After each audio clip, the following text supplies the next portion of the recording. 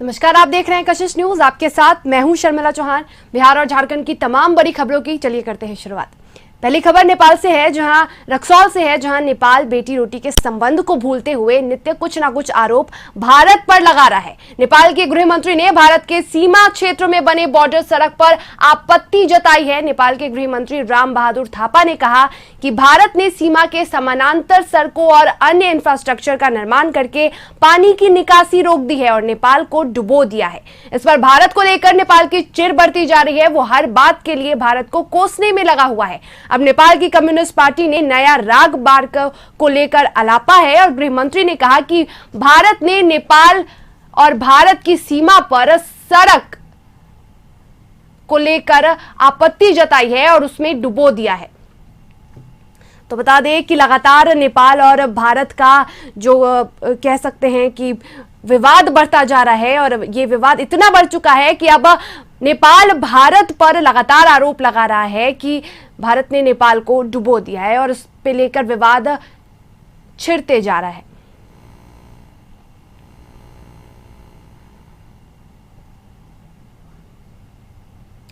तो बताया कि नेपाल के गृह मंत्री ने भारत सीमा बॉर्डर सड़क पर आपत्ति जताई है और राम बहादुर थापा ने भारत पर आरोप लगाते हुए कहा है कि नेपाल को भारत ने डुबो दिया है। भारत ने इंफ्रास्ट्रक्चर का निर्माण करके पानी भर दिया है और उस पे भारत सीमा बॉर्डर सड़क पर आपत्ति जताई है। आपको बता दें कि सालाई बार के लिए भारत को दोषी बताते हुए नेपाल के गृह मंत्री राम बहादुर थापा ने आरोप लगाया है। उन्होंने कहा कि भारत ने सीमा के समानांतर सड़कों और अन्य इंफ्रास्ट्रक्चर का निर्माण करके नेपाल से बहने वाली नदियों से छेड़छाड़ की है और बाढ़ को रोकने के लिए हुए संधियों का भारत ने उल्लंघन किया है। और इस पर अधिक जानकारी के लिए हमारे साथ हमारे संपादक संतोष जी जुड़े हुए हैं। संतोष जी, नेपाल के गृह मंत्री ने गंभीर आरोप भारत पर लगाया है कि नेपाल में जो बाढ़ की स्थिति बनी है उसका दोषी भारत है। देखिए, लगातार जिस तरीके से रिश्ते खटास आते जा रहे हैं भारत और नेपाल के बीच, प्रधानमंत्री की टिप्पणी कल टिप्पणी आ ही रही थी जी। कई भारत के हिस्से पर वो दावेदारी कर रहे हैं और आज गृह मंत्री का जो बयान आया है कि जो सीमा पर जो सड़कें बन रही है उससे नेपाल को नए बाढ़ का खतरा बढ़ सकता है जी। ये एक संकेत है। देखिए, बार बार लगातार नेपाल ये चाह रहा है कि भारत के साथ विवाद बढ़े और उस विवाद के सहारे वो चीन को साधना चाहते हैं। राजनीति यही है कि फॉरेन पॉलिसी के सहारे भारत को लेकर जो निर्भरता नेपाल के कर रहा है उससे वो बाहर निकले और इसलिए बार बार वो भारत पर आक्रमण कर रहा है। पिछले महीने मधुबनी में एक बॉर्डर पर एक व्यक्ति की गोली मारकर हत्या कर दी गई थी। इस मामले को लेकर आक्रोश है। लगातार बॉर्डर के दोनों तरफ जो मधेसी और बिहार के जो लोग हैं उनसे टकराव बढ़ता जा रहा है और इस बीच इस तरह का बयान कि नेपाल में आज जो बाढ़ की स्थिति है इसके लिए भारत जिम्मेवार है, तो कह सकते हैं कि जो दोनों देश के बीच के जो रिश्ते हैं उस रिश्ते में कहीं न कहीं इस तरह के बयान से खटास आएगी। वो उसका प्रभाव जब भी है, लेकिन स्थानीय जो स्तर पर जो लोग हैं, इनके दोनों देश के लोग हैं, जो रोटी भिंडी का रिश्ता है दोनों के बीच जी, इस तरह का बयान से वहां कहीं न कहीं उस रिश्ते में तनाव तलखी आएगी और उसके बाद फिर जो बॉर्डर ओपन बॉर्डर है उसको लेकर तनाव और बढ़ेंगे। एक बड़ी समस्या उत्पन्न हो सकती है। बिल्कुल संतोष जी, नेपाल के गृह मंत्री के ऐसे आरोप लगाने के बाद अब भारत और नेपाल में तनाव की स्थिति बढ़ चुकी है। तमाम जानकारी के लिए आपका बहुत शुक्रिया संतोष जी।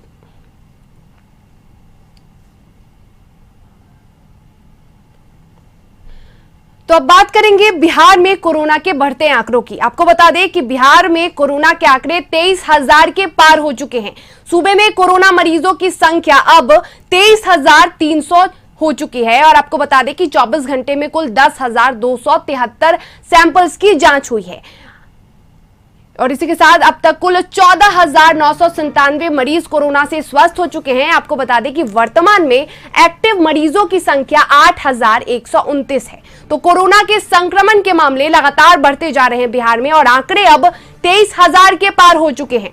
और इसके साथ अधिक जानकारी के लिए हमारे साथ हमारे सहयोगी मिशाल फोन लाइन से जुड़े हुए हैं। मिशाल, कोरोना के संक्रमण के जो मामले हैं वो लगातार बढ़ते जा रहे हैं बिहार में, फिलहाल क्या कुछ अपडेट है?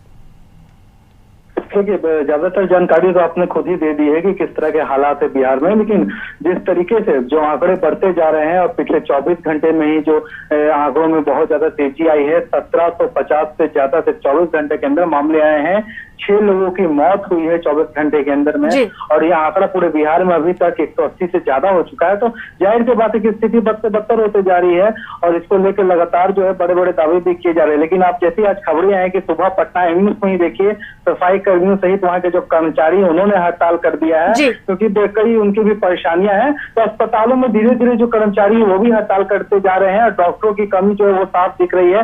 डॉक्टर भी कई जगह पे जो है काम करने से इनकार करे क्योंकि उनको वो सुविधाएं नहीं मिल पा रही है। तो आंकड़े तो बढ़ रहे हैं, लेकिन इसके साथ जो व्यवस्थाएं हैं वो घटती जा रही है। दावा किया जा रहा है कि परसेंटेज जो है ठीक होने का वो काफी ज्यादा है, लेकिन 70% विशाल, जिस तरीके से कोरोना के आंकड़े बढ़ रहे हैं और इस ऐसे में लॉकडाउन किया गया है, लॉकडाउन इसीलिए किया गया है कि कोरोना की रफ्तार में थोड़ी कमी आ सके। क्या लगता है, लॉकडाउन से कुछ फायदा देखने को मिल रहा है?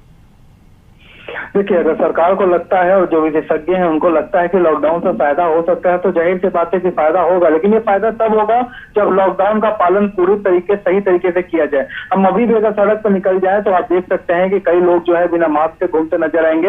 ये स्थिति ऐसी है कि पुलिस को कार्रवाई करनी पड़ती है, उनको जो है उनसे चालान काटा जाता है, जुर्माना लगाया जाता है। तो तमाम चीजें की जा रही है, लेकिन कहीं ना कहीं देखना ये होगा कि लॉकडाउन के दौरान लोग जो है वो किस तरह से रिएक्ट करते हैं और पुलिस प्रशासन इस लॉकडाउन को सफल बनाने में क्या कुछ अपना योगदान करती है। क्योंकि पिछली दफा जब पूरे देश में लॉकडाउन लगा था तो काफी कड़ाई से इसका पालन कराया गया था, लेकिन लॉकडाउन हटते ही जो है अब फिर से स्थिति आप देख सकते हैं कितनी ज्यादा भयावह हो चुकी है। और अभी बिहार में फिलहाल लॉकडाउन तो लगाया ही गया है, लेकिन साथ में कई ऐसे इलाके हैं जो पूरी तरीके से सील कर दिए गए हैं। बात चाहे आपको राजीव नगर इलाके करे या पटना सिटी इलाके करे, ऐसे कई इलाके हैं जिनको पूरी तरीके से सील ही अलग से किया गया है। वहां से लोगों के निकलने में पूरी तरह से जो है पाबंदी लगा दी गई है।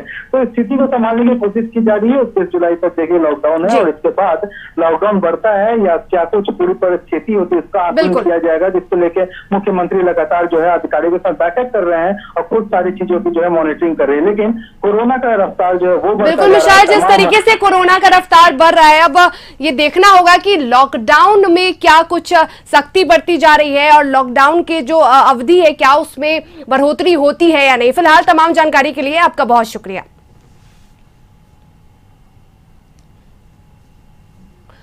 तो अब बात करेंगे झारखंड की, जहां कोरोना की रफ्तार जारी है। आपको बता दें कि 6 गुना ज्यादा तेजी से कोरोना का संक्रमण राज्य में बढ़ रहा है। अब तक 5000 के पार संक्रमितों की संख्या हो चुकी है। शुक्रवार को 312 नए पॉजिटिव मरीजों की पुष्टि हुई और इसके साथ ही कुल मरीजों की संख्या झारखंड में 5117 हो चुकी है। शुक्रवार को 5 संक्रमित मरीजों की मौत हुई और अब तक कुल 2577 मरीज स्वस्थ हो चुके हैं। आपको बता दें कि राज्य में कोरोना से अब तक 47 लोगों की मौत हो चुकी है। तो कह सकते हैं कि झारखंड में भी कोरोना का कहर लगातार जारी है। कोरोना के प्रकोप से झारखंड में भी लगातार मौतें हो रही हैं। अब तक 47 लोगों की कोरोना से मौत हो चुकी है और आंकड़ा कोरोना से 5000 के पार हो चुका है। और इस पे अधिक जानकारी के लिए हमारे साथ झारखंड से हमारे ब्यूरो चीफ सुरेंद्र सोरेन हमारे साथ जुड़े हुए हैं। सुरेंद्र जी, जिस तरीके से झारखंड में कोरोना का संक्रमण लगातार जारी है और मौत की संख्या में भी काफी इजाफा हो रहा है, इसको लेकर क्या कुछ नई प्रक्रिया की जा रही है जांच में? देखिए, अगर हम 2 दिन पहले तक की बात करें तो जहां तकरीबन 2000 के आसपास सैंपल की जांच की जा सकती थी, जिसके इतने संसाधन थे, आज की तारीख में हम 7000 के करीब सैंपल्स की जांच कर रहे हैं। तो जितने सैंपल्स की हम जांच कर रहे हैं उतनी ही तेजी से रफ्तार से हम नतीजे भी आ रहे हैं, यानी पॉजिटिव मरीजों की संख्या भी आ रही है। कल दूसरी बार 300 के आंकड़ों से ज्यादा रही। कल शुक्रवार देर रात तक 312 संक्रमितों की पहचान हो सकी थी। जहां जांच की रफ्तार 3 गुना बढ़ी है तो वहीं मरीजों की संख्या वो 6 गुना बढ़ी है और अब हम 5000 के आंकड़े के ऊपर जा चुके हैं। वहीं अगर हम मौत के आंकड़ों की बात करें तो इसमें भी इजाफा हुआ है। औसतन जहां एक पखवाड़े पहले तक हफ्ते में 2 या 3 मौतें होती थी, अब औसतन प्रतिरोज 3 से 4 मौत हो रही है। हालांकि शुक्रवार की देर रात तक 5 मरीजों की मौत हुई थी, जिनसे 4 रांची के रिम्स में भर्ती थे मरीजों की मौत हुई है और 1 TMH जमशेदपुर में भर्ती मरीज की मौत हुई है। तो कुल 5 मरीजों की मौत हुई है। तो पॉजिटिव मरीजों की संख्या भी बढ़ रही है। दूसरी तरफ हम मौत के आंकड़ों को भी आगे बढ़ते देख रहे हैं और 43 के करीब मौत हो चुकी है। और आज के बाद जब आज देर रात तक के जब नतीजे आएंगे तो हम 50 के आंकड़ों पे बात कर जाएंगे। तो जहाँ 50,000 5,000 से ज्यादा संक्रमित हो चुके हैं तो वहीं 50 से ज्यादा मौत के भी आंकड़े हो चुके होंगे। बिल्कुल सुरेंद्र जी, आप हमारे साथ अपडेट आप लेते रहिए और आप हमारे साथ जुड़े रहिए। अगली खबर में भी हम आपसे जानकारी लेंगे। तो आपको बता दें कि झारखंड सरकार ने कोरोना को देखते हुए एक नया आदेश जारी किया है। आदेश यह है कि कोरोना वायरस के बढ़ते प्रकोप को देखते हुए यह फैसला ये लिया गया है कि राज्य के बाहर से लौटने पर 14 दिनों के लिए किसी भी व्यक्ति को होम क्वारंटाइन रहना होगा। लेकिन ये फैसला केंद्र और निजी कंपनी के अफसरों के लिए नहीं है। आपको बता दें कि केंद्र और निजी कंपनी के अफसरों को इस आदेश में छूट दी गई है। तो बता दें कि झारखंड से जितने भी बाहर से लोग आ रहे हैं, राज्य के बाहर से, उन्हें होम क्वारंटाइन 14 दिनों के लिए किया जाएगा और ये आदेश झारखंड सरकार ने जारी किया है।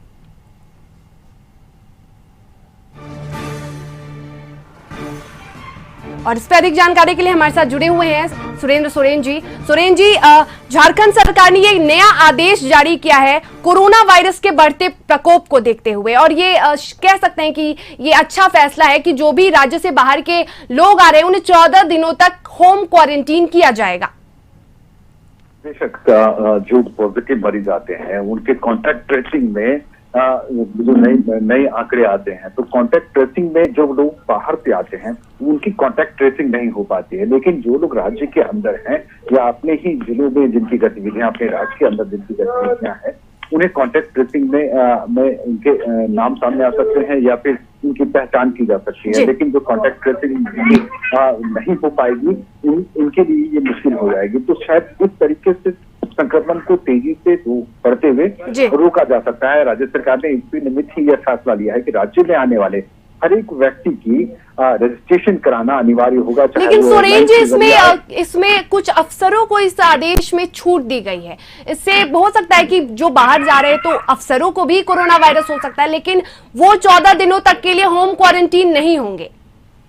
बिल्कुल। और राज्य सचिवालय के कर्मचारियों ने भी अब राज्य स्तर के झारखंड मंत्रालय तक जब कोरोना की संक्रमण पहुंच चुकी है तो ऐसे में राज्य सरकार को इसकी छूट नहीं दी गई है। उन्हें होम क्वारंटाइन रहना पड़ेगा। अगर वो किसी सरकारी काम से वो अगर बाहर जाते हैं तो उन्हें होम क्वारंटाइन रहना पड़ेगा। लेकिन जो केंद्रीय अधिकारी हैं, केंद्रीय अधिकारी अगर अपने दफ्तर के काम से जाते हैं तो उन्हें और निजी कंपनियों के अफसर को ये छूट दी गई है क्योंकि उनका मूवमेंट केंद्र से या फिर दिल्ली आना जाना उनका लगातार बना रहता है। ऐसी परिस्थितियों में उन्हें रुकने से कामकाज में प्रभाव पड़ सकता है, शायद इसलिए उन्हें छूट दी गई है। लेकिन इसके बाद जो मालवाहक जो ट्रक आते हैं सामान लेकर के और टैक्सी आते हैं उन्हें भी ये छूट दी गई है। लेकिन दूसरी तरफ जो एयरलाइन और रेलवे के जरिए जो सिविल सर्विसेज चल रहे हैं उनके जरिए जो लोग आते हैं उनकी पूरी सूची राज्य सरकार को उपलब्ध कराएगी और इसके साथ ही उन्हें होम क्वारंटाइन करने के लिए भी बाध्य होना पड़ेगा। बिल्कुल सुरेंद्र जी, आप हमारे साथ जुड़े रहिए। एक और खबर भी हम आपसे जानकारी लेंगे, तब तक के लिए आप बहुत बहुत शुक्रिया।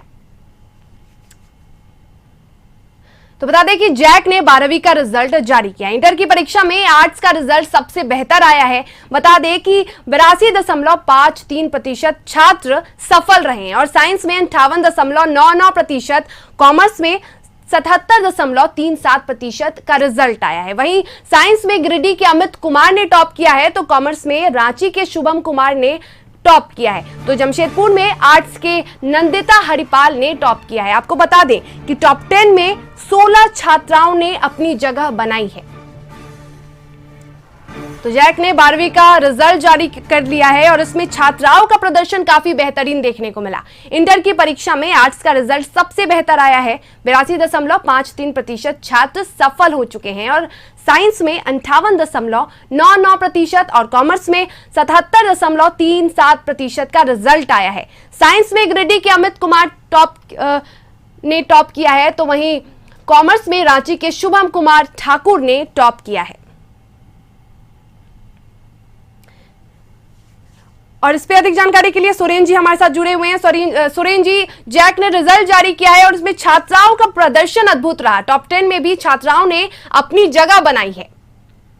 जी बिल्कुल, पिछले कई सालों से यह ट्रेंड देखा जा रहा है कि टॉप 10 में जो छात्राएं हैं वो ज्यादा से ज्यादा अंक हासिल करके अपनी जगह बना पाती हैं।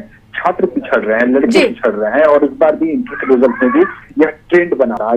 हालांकि इस बार एक चौंकाने वाला रहा कि टॉप 10 में एक भी लड़का, एक भी छात्र अपनी जगह नहीं बना पाया, बल्कि 16 की 16 छात्राएं ही टॉप 10 में शामिल रहे। बेहतर रिजल्ट रहा। अगर हम आर्ट्स की बात करें तो उसमें 2.56% की बढ़ोतरी हुई है। वहीं कॉमर्स में 6.93% की रिजल्ट बेहतर आए हैं, यानी ज्यादा छात्र सफल हुए हैं। वहीं साइंस में 1.99, साइंस में बेहतरी का प्रतिशत थोड़ा कम जरूर रहा है, लेकिन कॉमर्स से सबसे बेहतर रहा है।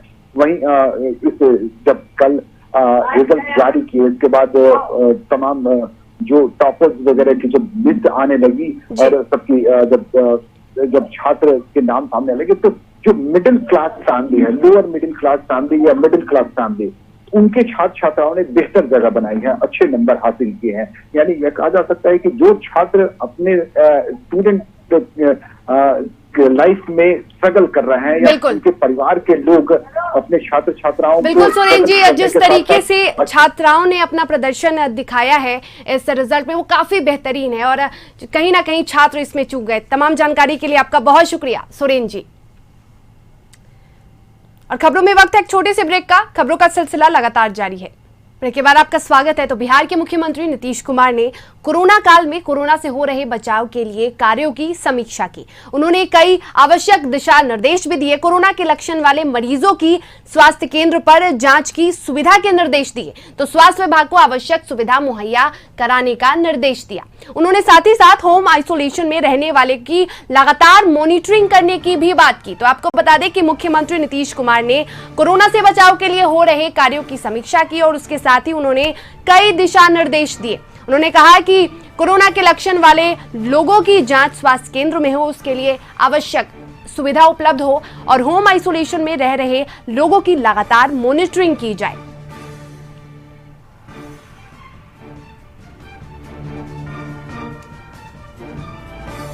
तो बता दें कि मुख्यमंत्री नीतीश कुमार ने कोरोना से हो रहे बचाव कार्य की समीक्षा की। मुख्यमंत्री ने कोरोना के लिए बचाव कर रहे लोगों को कई दिशा निर्देश दिया। कोरोना के लक्षण वाले मरीजों की स्वास्थ्य केंद्र में आवश्यक सुविधाएं उपलब्ध हो, स्वास्थ्य विभाग को आवश्यक सुविधा मुहैया कराने का उन्होंने निर्देश दिया और उसके साथ ही होम आइसोलेशन में रह रहे लोगों की लगातार मॉनिटरिंग करने की भी बात कही है।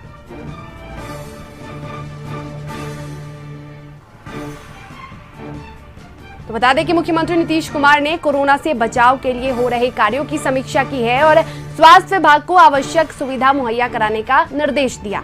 कोरोना के लक्षण वाले मरीजों की स्वास्थ्य केंद्र पर जांच की व्यवस्था हो और होम आइसोलेशन में रह रहे लोगों की मॉनिटरिंग की जाए।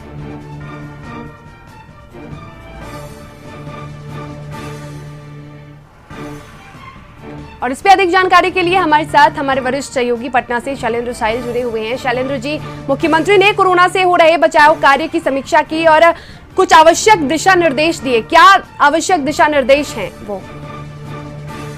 देखिए, मुख्यमंत्री लगातार कोरोना को लेकर के समीक्षा कर रहे हैं और रोजाना लगभग समीक्षा की जाती है और खासतौर पर देखिए कोरोना को लेकर के मुख्यमंत्री ने सबसे बड़ी बात कही कि जब लगातार वो जब भी समीक्षा होता है तो ये बात कहते हैं अपने मीटिंग में कि जो संख्या है वो बढ़ाई जाए, जांच की संख्या बढ़ाई जाए, ये सबसे बेहद जरूरी है अभी इस कोरोना काल में।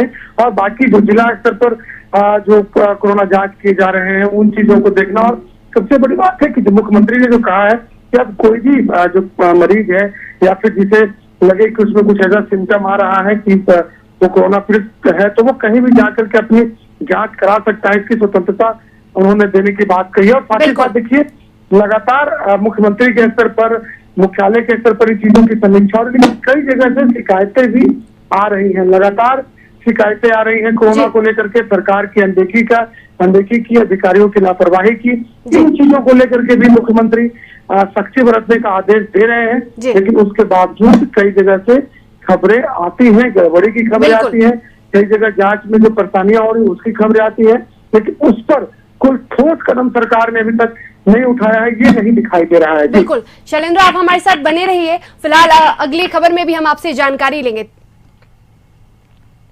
तो नेता प्रतिपक्ष तेजस्वी यादव का बयान आया और उन्होंने राज्य सरकार पर बड़ा हमला किया है। लॉकडाउन से कोरोना नहीं रोका जा सकता, लॉकडाउन का सरकार इस्तेमाल नहीं कर रही है। पूरे देश में सबसे कम जांच बिहार में हो रहा है और अगस्त तक 30 से 35 हजार जांच हो जानी चाहिए। ये सारी बातें नेता प्रतिपक्ष तेजस्वी यादव ने राज्य सरकार पर हमला करते हुए बोला। उन्होंने कहा कि नीतीश कुमार की विफलता के कारण केंद्रीय टीम को राज्य में आना पड़ रहा है। और इस पर अधिक जानकारी के लिए हमारे साथ शैलेंद्र साहिल जुड़े हुए हैं। शैलेंद्र जी, नेता प्रतिपक्ष लगातार राज्य सरकार पर हमले करते नजर आ रहे हैं और आज भी उन्होंने राज्य सरकार पर, नीतीश कुमार पर हमला बोला है। केंद्रीय टीम के आने की वजह बिहार में विफलता बताई है। उनको देखिए, तेजस्वी यादव ने सरकार के खिलाफ मोर्चा खोला और कहा है कि जो सरकार जो काम कर रही है वो लापरवाही से, वहाँ सरकार की जो पूरी सिस्टम है लापरवाही से काम कर रही है। कोरोना को लेकर के जांच नहीं हो रहा है। सरकार के द्वारा जो आंकड़े पेश किए जा रहे हैं वो आंकड़े भी गलत पेश किए जा रहे हैं। तेजस्वी यादव ने मांग किया है कि रोजाना आंकड़े जारी सरकार करे और फिलहाल इस महीने में कम से कम, इस महीने से लेकर अगले महीने तक टारगेट होना चाहिए कि कम से कम 30,000 लोगों की जांच हो जाए और 1-2 महीना में ये व्यवस्था होना चाहिए कि लगभग 1 लाख लोगों तक की जांच और बिहार में। तो ये डिमांड तेजस्वी यादव ने किया। साथ ही साथ यह भी कहा है कि सरकार की विफलताओं के कारण कई लोगों को परेशानियों का सामना करना पड़ रहा है। राज्य में लोग कोरोना से परेशान हैं, आंकड़े सरकार गलत पेश कर रही है, लोगों की मौत हो रही है, इस पर सरकार को ध्यान देना होगा। तो कहीं ना कहीं एक बड़ा हमला कोरोना के बहाने तेजस्वी यादव ने सुबह ही मुख्यमंत्री नीतीश कुमार पर और पूरे सिस्टम पर किया है। बिल्कुल बिल्कुल शैलेंद्र जी, तो जिस तरीके से राज्य सरकार पर लगातार तेजस्वी यादव हमला कर रहे हैं और लगातार वो ट्विटर वार चल रहा है उनका, तमाम जानकारी के लिए आपका बहुत शुक्रिया शैलेंद्र जी।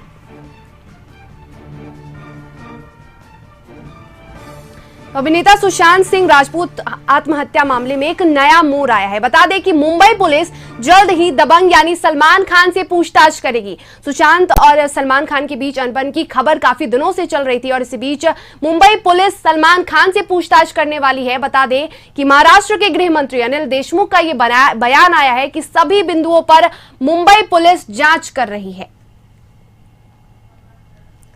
और इस पर अधिक जानकारी के लिए हमारे संपादक संतोष जी जुड़े हुए हैं हमारे साथ। संतोष जी, सुशांत सिंह आत्महत्या मामले में अब सलमान खान से आखिरकार पूछताछ मुंबई पुलिस करने वाली है।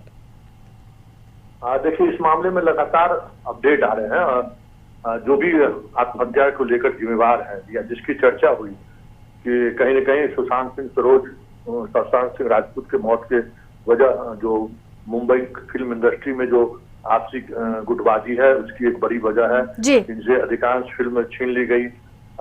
संजय अंसारी से भी पूछताछ हुई। अभी तक 12 से अधिक लोगों से पूछताछ हो चुकी है और अब सलमान खान से भी पूछताछ होगी। इस संदर्भ में महाराष्ट्र के गृह मंत्री ने कहा कि सभी बिंदुओं पर जांच मुंबई पुलिस कर रही है, सीबीआई जांच की जरूरत नहीं है। और अगर इसमें जो चीजें सामने आ रही हैं, अगर सच में अगर किसी लॉबिंग की वजह से सुशांत सिंह राजपूत अगर आत्महत्या करने के मजबूर हुए हैं तो जो भी इसमें दोषी हो, चाहे वो कितना भी बड़ा व्यक्ति क्यों न हो, उस पर कार्रवाई। बिल्कुल, अब देखना यह है कि सलमान खान की पूछताछ के बाद क्या कुछ गुत्थी सुलझा पाती है मुंबई पुलिस। तमाम जानकारी के लिए आपका बहुत शुक्रिया संतोष जी। अब बात करेंगे पटना एम्स की, जहां पटना एम्स के तमाम नर्सिंग स्टाफ, कर्मचारी और सफाई कर्मी हड़ताल पर चले गए हैं। 2 महीनों से वेतन नहीं मिलने के कारण वो सभी कर्मचारी और सफाई कर्मी हड़ताल कर रहे हैं। आपको बता दें कि कोरोना से प्रभावित होने पर भी कर्मचारियों का एम्स में इलाज नहीं होता है और ऐसे में कर्मचारी काफी परेशान हैं और 2 महीने से वेतन नहीं मिलने के कारण वो हड़ताल पर चले गए हैं।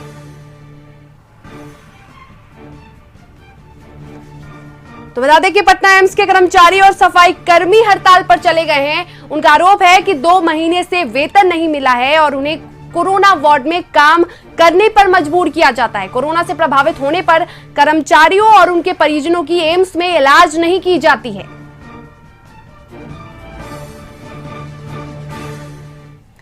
तो तो बात करते हैं बक्सर की, जहां आइसोलेशन सेंटर का एक वीडियो बड़ी तेजी से वायरल हो रहा है। वीडियो में यह दिखाया जा रहा है कि कोरोना मरीजों को खराब खाना परोसा जा रहा है। जली हुई रोटी, पानी वाले दाल और अधपके चावल का वीडियो वहां के किसी शख्स ने वायरल किया है। तो बक्सर के आइसोलेशन सेंटर से एक वीडियो वायरल हुआ है। उस वीडियो में दिखाया जा रहा है कि किस तरीके से मरीजों को खराब खाना परोसा जा रहा है। जली रोटी, पानी वाले दाल और अधपके चावल का यह वीडियो वायरल हुआ है।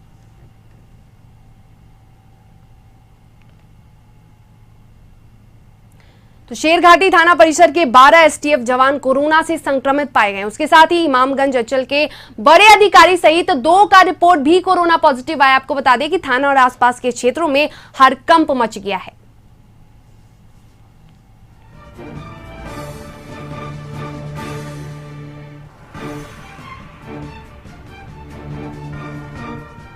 खबर मसौरी से, जहां एक बड़ा रेल हादसा होते टल गया। बता दें कि ट्रेन की चपेट में आने से कार सवार सभी लोगों की मौके पर मौत हो गई। पटना से रांची जा रही थी जन शताब्दी एक्सप्रेस और उसी बीच ये हादसा हुआ। आपको बता दें कि हादसे के बाद तमाम रेल अधिकारी मौके पर पहुंचे हैं और रेल परिचालन को कुछ समय के लिए बाधित हुआ। तो बता दें कि पोटवी और नदवा के बीच रेलवे क्रॉसिंग पार करने के दौरान यह हादसा हुआ। हादसे के बाद घटनास्थल पर सभी सीनियर अधिकारी पहुंच गए हैं। हादसे के बाद रेल परिचालन बाधित हुआ।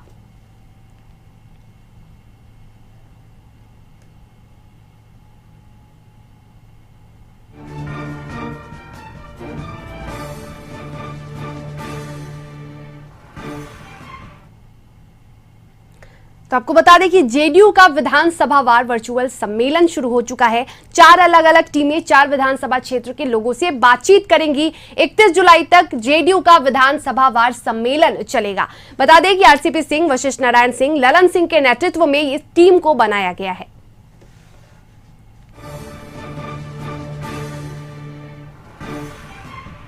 तो जेडीयू का विधानसभावार वर्चुअल सम्मेलन शुरू हो चुका है। 4 अलग अलग टीमें 4 विधानसभा क्षेत्र के लोगों से कर रही हैं बात। 31 जुलाई तक चलेगा जेडीयू का विधानसभावार सम्मेलन। आरसीपी सिंह, वशिष्ठ नारायण सिंह, ललन सिंह के नेतृत्व में ये टीम बनी।